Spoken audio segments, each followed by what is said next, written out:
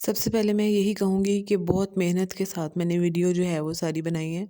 आपने उसको ज़्यादा से ज़्यादा सपोर्ट करना है और अपना प्यार दिखाना है, ताकि मुझे मोटिवेशन मिले और मैं इस तरह की मज़ीद वीडियोज़ जो हैं वो आपके लिए लेकर आऊँ। अस्सलाम वालेकुम, welcome back to my channel.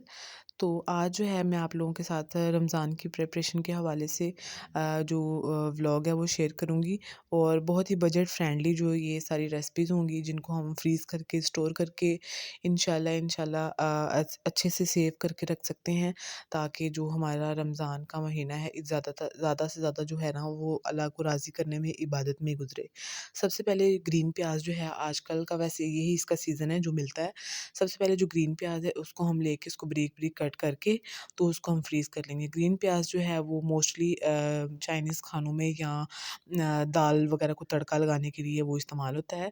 तो इसको बारीक बारीक काट के और इस ज़िप-लॉक बैग में, अगर आपके पास ज़िप-लॉक बैग नहीं है तो किसी एयर टाइट जार में रख के तो फिर हम इसको फ्रीज़ कर सकते हैं।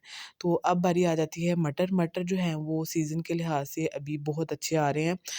आगे रमज़ान के महीने में इनका जो सीज़न है वो ख़त्म हो जाएगा और इनका टेस्ट जो है ना वो भी मतलब वैसा नहीं रहेगा।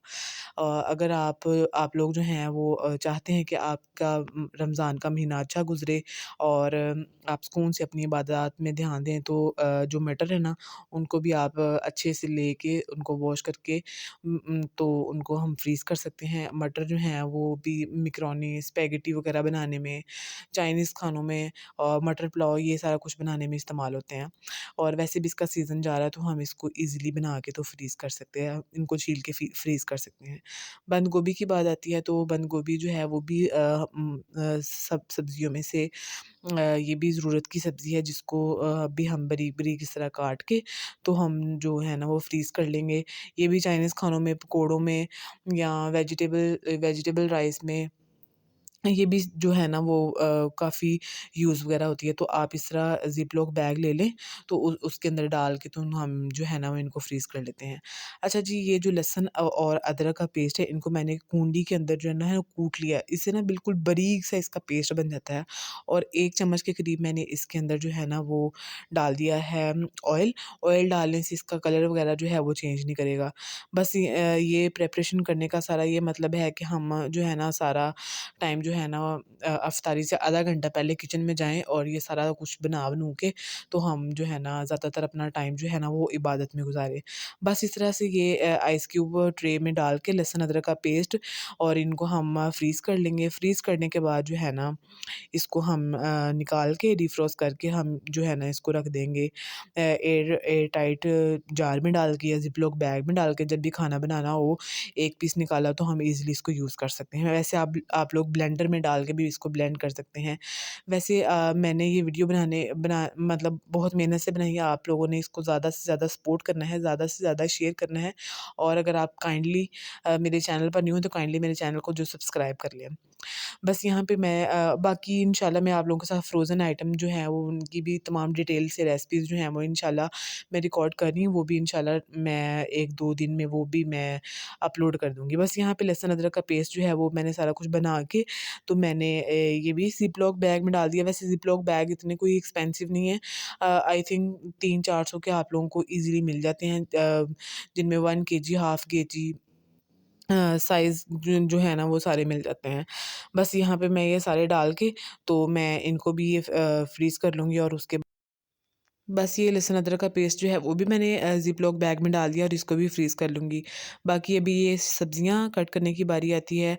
अच्छा नहीं, सब्ज़ी नहीं, सॉरी, चटनी बनाने की बारी आती है। ग्रीन चटनी बनाना बहुत ही आसान है और इसको हम बना के ईज़िली फ्रीज़ कर लेंगे। दही दही जब दही भल्ले बनाते हैं उनमें, रायते में या फिर वैसे भी पकोड़े, समोसे इन सब के साथ ग्रीन चटनी का इस्तेमाल तो बहुत ज़रूरी है। तो बस यहाँ पे मैंने थोड़ा-सा धनिया ले लिया है और थोड़ा-सा प्याज़। प्याज़ अगर आप नहीं डालना चाहते तो लहसुन डाल लें, फ्रेश धनिया डाला है मैंने इसके अंदर और इसको एक ब्लेंडर के अंदर डाल के अच्छी तरह से ब्लेंड कर लूँगी। अगर आपके पास टाटरी है तो आप 1 पिंच के करीब इसके अंदर टाटरी भी डालते हैं। मैंने इसके अंदर नमक और ज़ीरा थोड़ा-सा डाल के मैंने भी इसको अच्छी तरह से ब्लेंडर में डाल के इसको ब्लेंड कर लिया था और फ्रीज़ कर लिया था। अगर आप लोग भी इसको बना के फ्रीज़ करना चाहते हैं तो बहुत ही सिंपल रेसिपी आप कर सकते हैं। अगर आप इसको आइस क्यूब ट्रे में डाल के फ्रीज़ करना चाहते हैं तो वो भी कर सकते हैं, उससे ज़्यादा ईज़ी रह जाता है। मैंने बस एक बाउल के अंदर इसको डाल के रख दिया, तो देख सकते हैं कितनी मतलब ना ये इतनी पतली है, ना इतनी गाढ़ी है, इसकी थिकनेस सेम है। और उसके बाद इसको भी मैं फ्रीज़ कर लूँगी, बस अफ़्तारी से पहले इसको आधा घंटा पहले निकाल के रख दें और ये डिफ्रोज़ हो जाएगी और उसके बाद हम सॉरी दही में डाल के दही भल्लों में डालें। बस उसके बाद ये कुछ सब्ज़ियाँ हैं जिनको मैंने काट के रख लिया है। इस तरह की शेप में मैंने गाजरें काटी हैं, वैसे गाजरों का भी सीज़न जो है वो जा रहा है, इसलिए इनको भी हम ला के तो इसकी कटिंग करके जो है ना हम इनको भी फ्रीज़ कर लेंगे। कुछ इस तरह से मैंने इसकी कटिंग कर ली है। और बाकी थोड़ी बहुत जो थी वो मैंने उनको चॉप कर लिया था। ये चाइनीज़ खानों में मतलब ये सारी सब्जियाँ खानों में ही जाएँगी, सालन वगैरह में। और ये जो है मतलब डिफरेंट रेसिपियाँ जो हैं हर घर में रमज़ान के महीने में बनती हैं। तो बस मैं भी इसीलिए सब कुछ ये तैयारी-श्यारी जो है ना वो कर रही हूँ। वैसे ये बहुत बेसिक सी चीज़ें हैं और बहुत ही बजट फ्रेंडली हैं। आप मतलब ये कुछ भी इसमें एक्सपेंसिव नहीं है, बस इनको भी हम ला के इनको जिस तरह मर्ज़ी आप कटिंग वगैरह करके इनको भी फ्रीज़ कर सकते हैं। अफ़्तारी से पहले इनको मतलब पकाने से पहले इनको 5 मिनट पहले निकाल के बाहर रख लें और उसके बाद जो है ना हम इनको जिस तरह मर्ज़ी इस्तेमाल कर सकते हैं। मैकरोनी में वैसे ज़्यादातर हमारे घर में सब्ज़ियाँ जो हैं वो मैकरोनी या स्पैघेटी में या फिर सब्ज़ियों वाले चावल इन इन सब में इस्तेमाल की जाती हैं। बस यहाँ पे मैंने ये सारी सब्ज़ियाँ जो हैं वो डाल के मैंने ज़िप-लॉक बैग में तो मैंने फ्रीज़ कर ली हैं। अच्छा जी, अब बारी आती है बेसन की, क्योंकि रमज़ान हो और अफ़्तारी में पकोड़े हर घर में बनते हैं। 99.9% सब घर में पकोड़े बनते हैं। यहाँ पे मैंने 1 किलो बेसन ले लिया है।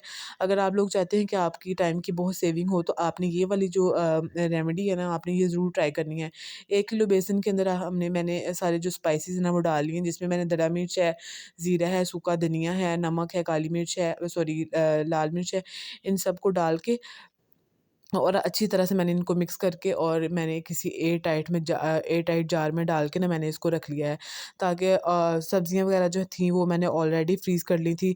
जब भी इफ्तारी बनानी हो, पकौड़ों का सामान बनाना हो, सिर्फ सब्ज़ियाँ निकाली और बीच में ये वाला बेसन डाला और फटाफट से हमारे अंडर 3 और 5 मिनट में हमारे जो पकौड़े हैं वो बन जाएँगे। आप लोगों ने ये वाला जो रेमेडी है ना, आप लोगों ने इसको ज़रूर ट्राई करना है। मेरे कहने पे ये बिल्कुल मतलब बिल्कुल भी जो बेसन वगैरह है वो ख़राब नहीं होगा, बिल्कुल परफ़ेक्ट रेसिपी रहेगी और आपका जो टाइम है वो भी काफ़ी मतलब सेफ़ रहेगा। बस यहाँ पे मैंने बहुत ही बजट फ्रेंडली जो है ना वो सारी चीज़ें आप लोगों के साथ शेयर की हैं। अगर आपको मेरी ये वीडियो अच्छी लगी हो, लाइक, शेयर, कमेंट और सब्सक्राइब ज़रूर करें और साथ में लगे हुए बेल आइकन को ज़रूर प्रेस कर लें, ताकि मेरी हर नई आने वाली वीडियो का नोटिफ़िकेशन जो है वो आपको मिलता रहे। मिलेंगे इंशाल्लाह सुबह किसी अच्छी रेसिपी के साथ, तब तक अपना ख़्याल रखें, दुआ में याद रखें। Thanks for watching. अल्लाह हाफ़िज़।